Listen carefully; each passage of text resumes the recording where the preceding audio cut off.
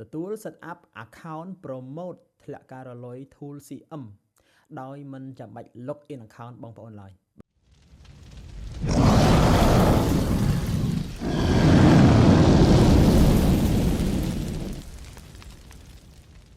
សួស្តីបងប្អូនទាំងគ្នាស្វាគមន៍មកកាន់វីដេអូថ្មីបាទវីដេអូនេះគឺមកស្រាវចម្ងល់បងប្អូនមួយចំនួនដែលគាត់ឆ្ងល់ថា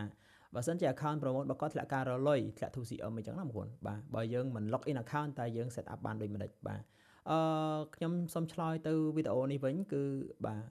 គេមានរបៀប set up របស់គេបាទចំណែកខ្ញុំគឺមានរបៀប set up របស់ខ្ញុំបាទអញ្ចឹងខ្ញុំសូមបញ្ជាក់នៅក្នុងវីដេអូនេះគឺខ្ញុំ